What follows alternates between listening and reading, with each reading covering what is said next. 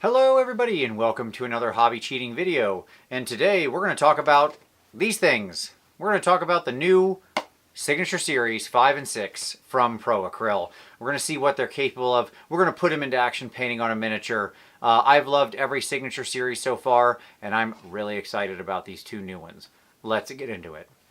The strict technomancer that is Vincey V. Let us get to the technique and learn it Vincey V style. Signature Series 5 and 6 is the third release from Pro Acryl in the Signature Series. Now, obviously, the first ones were myself and John Ninus, and those still find regular usage on my desk. Signature Series 3 and 4 were from Ben Kometz and Matt Sexwish, and those were a very unique set of paints that had some specific applications, but if you go back and watch that video, you'll see how much I liked those as well, especially, and surprisingly, the metal paint in there. Signature Series 5 and 6, however, now we have Rogue Hobbies, which is Louise, and of course we have Flameon, two painters I very much respect, but two painters that maybe couldn't be more different in their paint sets. And of course, when we look at the paint sets, we immediately see the differences between them.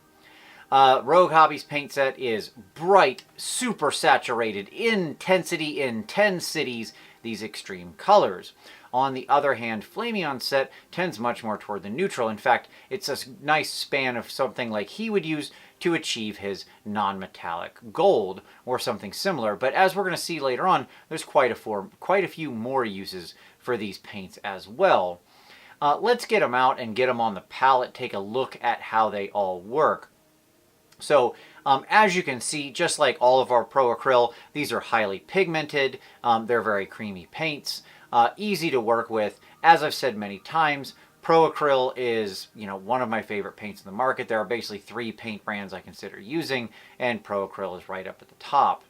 These new Signature Series paints right away, as I'm just sort of working with them, squeezing them out of the bottle, I'm seeing similar, even consistency through all of them. None of them too thick, none of them too thin, nothing like that that would ring any alarm bells. So right away we've passed the very simple consistency test. But of course, just getting them out on a palette doesn't tell us much. We got to put these bad boys to use. Let's get painting. To do our painting, we're going to start today with our old friend, Larry the Ogre. He's back again, that's right. And we've got him. He's re-primed. You may ask, did I strip him? Heck no. He's back again. We just primed over the old paint, and we're starting over again for his 30th or 40th time. Now, when you look at Flameon's paint set, which is where we're going to start, you might initially think that this is sort of really tuned to just do non-metallic gold. And maybe that's true. Maybe that's what his ideal sort of usage was when he created it, but I think these are actually extremely versatile neutral paints. For one thing, a lot of these are in the yellow, orange, and brown spectrum, which actually makes them great for skin tones, which is where we're going to start with Larry. The first thing that jumped out to me is this is actually an awesome paint set for doing a lot of non-Caucasian skin tones, specifically either more Asian or Middle Eastern, maybe North African, Southern European, that kind of thing. All of those things where you want sort of a more olive or brown skin tone or something in that range, this is actually going to excel. And so I'm going to show you here a little progression where I'm taking Larry through this kind of a progression up through the colors. And what's really nice about this is the paints just work really well together. The higher color paint, the very, very top, which is that sort of bright pale yellow, it's going to have that standard high opacity like an ice yellow, which you'll see at the end, but most of the rest of these colors are quite translucent. And so blending and layering with them is really natural, quite easy. And as you can see, I can build up these skin tones into this more like kind of olive skin quite easily. And so I just continue to sort of work it up, hitting all of these skin tones until eventually I get to a nice high highlight. Of course, that jump at the end might be a little bit of a clown fiesta. It's a little bit sudden. But again, because those earlier paints are so translucent, it becomes very easy for us to then glaze those back down and again preserve some of that nice skin tone. All in all, this is a really, really great set for doing those sort of non-pale, non-Caucasian skin tones. I think this actually is worth a full video in the future, so look forward to that on sort of exploring, the full panoply of sort of how to do all sorts of different skin tone colors, and this set will feature heavily in that. I also wanted to just do a quick test. with Louise's colors. Now specifically, I just grabbed the sort of ultramarine blue here, and we're going to turn the blue pants blue. Now, what was interesting to me about this was oftentimes these highly saturated colors they don't cover very well. And I saw that with this color over straight black, it took 2 thin applications, but then I got to a really nice opacity. Now, normally I wouldn't be painting a color like this straight over black, so it would be unusual to do this, but nonetheless, I was very impressed, as per usual, with the opacity from Pro Acryl's colors. They always do manage to achieve a nice high opacity, even with this extremely highly saturated color. That ultramarine blue is really intense. Certainly it would be great for when you need to turn the blue pants blue like we are with Larry, but of course, something like your classic space marine or ultramarine is going to be well suited to work in these colors. And in fact, something like over a zenithal in that space marine is going to be done really, really fast. Returning back to the skin on Larry, I wanted to look at Louise's colors, first testing them as a saturation trick, basically using them to tone and add the sort of reds that I want in the skin of Larry. And this is actually, I think, a really great use for these paints. Now, we're going to get to using these in a highly saturated way. Don't worry, I've got a different miniature planned for that. We'll get there.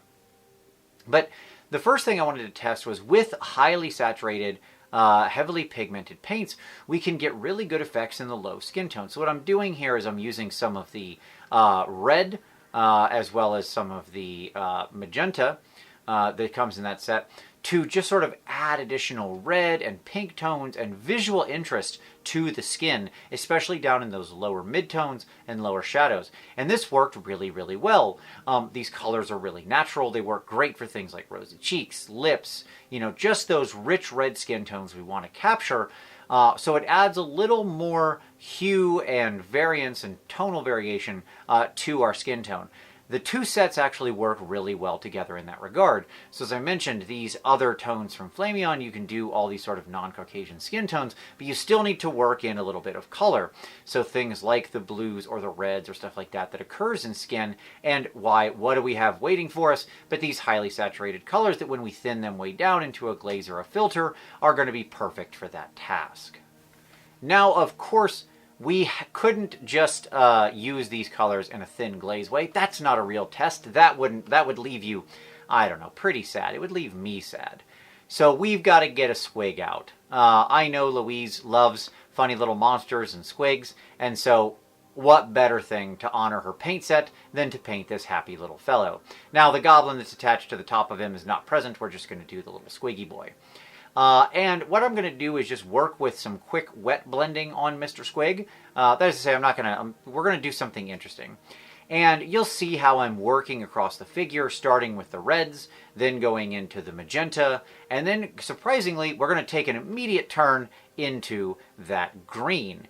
And I actually loved this. So my favorite color from all of these, without a doubt, is the green. This green is so intense, it's so vibrant, it's so wonderful. I have to find a project to use this on. The red color is perfect for squigs. I don't know if that's what it was tuned to, but you might as well call it squig red. That's how I'm going to think of it. It is exactly the color I want my squigs to be. And so what I do here is I use a little bit of the magenta to actually blend with the green, because the pink plus green will equal a sort of natural brown color. And you see how I fade the line between the red and the green, and sort of give the underbelly that bright green tone. Now, what I end up doing then is sort of working in some yellow, some of the bismuth yellow, into that green to then do my highlights. And what I found is that it works really, really, really well. Again, I'm going to use the dark turquoise for a little bit of lip pop, because, like, let's get every color. The fun of squigs is you can just go nuts and get every color you want on them. And I found this worked really well. Again, like, this was poppin'. This guy is absolutely just all over the spectrum, and yet these bright, intense colors seem to work well together, especially in this balance on a natural creature. And what's really fun is in all these cases, with the red, with the green, even with some of the other colors, I was able to take that bismuth yellow and have it act as a very natural, intense highlight. So coming back to the top of the squig, I was able to then mix a little of that in and get a very rich orangey color to be the sort of highlight on the actual top of the squig around his like eyebrows and bumps and stuff like that that are on top of him. All in all, the squig came out for, this is not more than, I don't know, 5 to 8 minutes of work. And frankly, I think he came out pretty darn cool. I ended up using actually some Flameon Set to do the teeth as well, which I thought worked really well. So you did a neutral set for sort of the neutral parts on the squig that I wanted that didn't need to be crazy popping out. So all in all, certainly for anything that's like bright creatures, for your Seraphon, your Squigs, your Orcs, anything like that, this paint set is going to really excel in that way. So whether you're trying to use the saturated paint set for just subtle tones and enriching and saturating and enlivening your paint jobs that have more muted schemes or more neutral colors, or whether you're just punching these bad boys straight in, as you saw me doing here on the squig, I think these are really going to excel and give you some incredibly vibrant miniatures that are just going to jump off the table. Okay. Now, it really wouldn't be a test of Flameon's paints if we didn't at least do a little quick non-metallic gold. So here we'll go back to Larry, and on Larry's gut plate, we're just going to run through the entire sort of gamut of colors.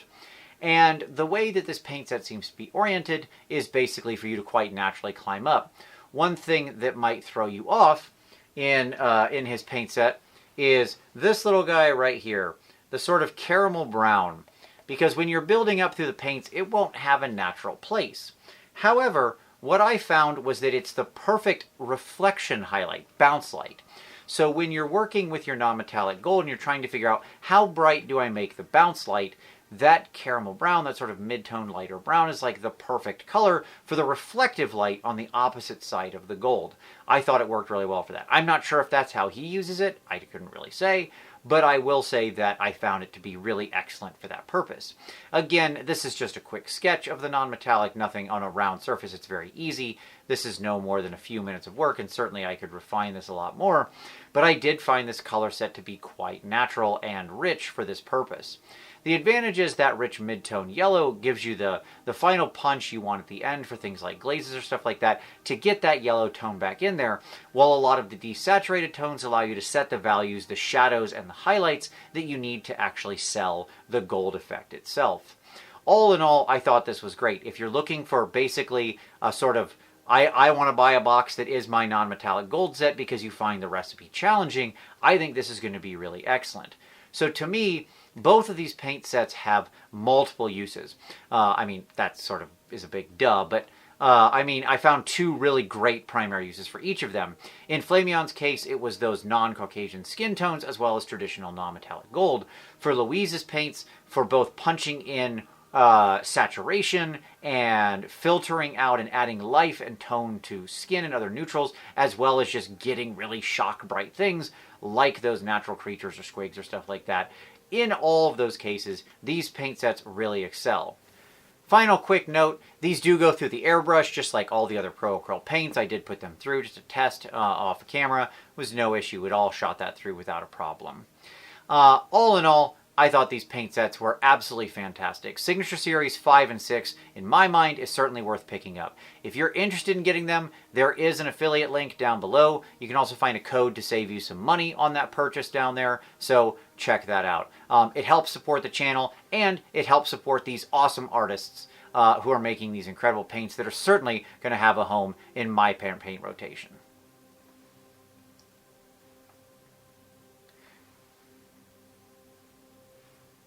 With that, I'll say thank you very much, everybody, for watching. I certainly appreciate it and hope you enjoyed this. If you've got any questions about these new paints I didn't answer, drop those down in the comments below. I always answer every question asked of me in the comments. As always, though, I thank you so much for watching this one. If you want to support the channel, lots of ways you can do so. You can hit like, you can subscribe. We have new videos here every Saturday. As I mentioned, there's affiliate links down below. You can check those out. Doesn't cost you anything extra. In fact, in most cases, it saves you money, but it helps give a kickback to the channel. Also, of course, there's our Patreon, focused on review and feedback and taking your next step on your hobby journey. Thanks so much for watching this one, and as always, we'll see you next time.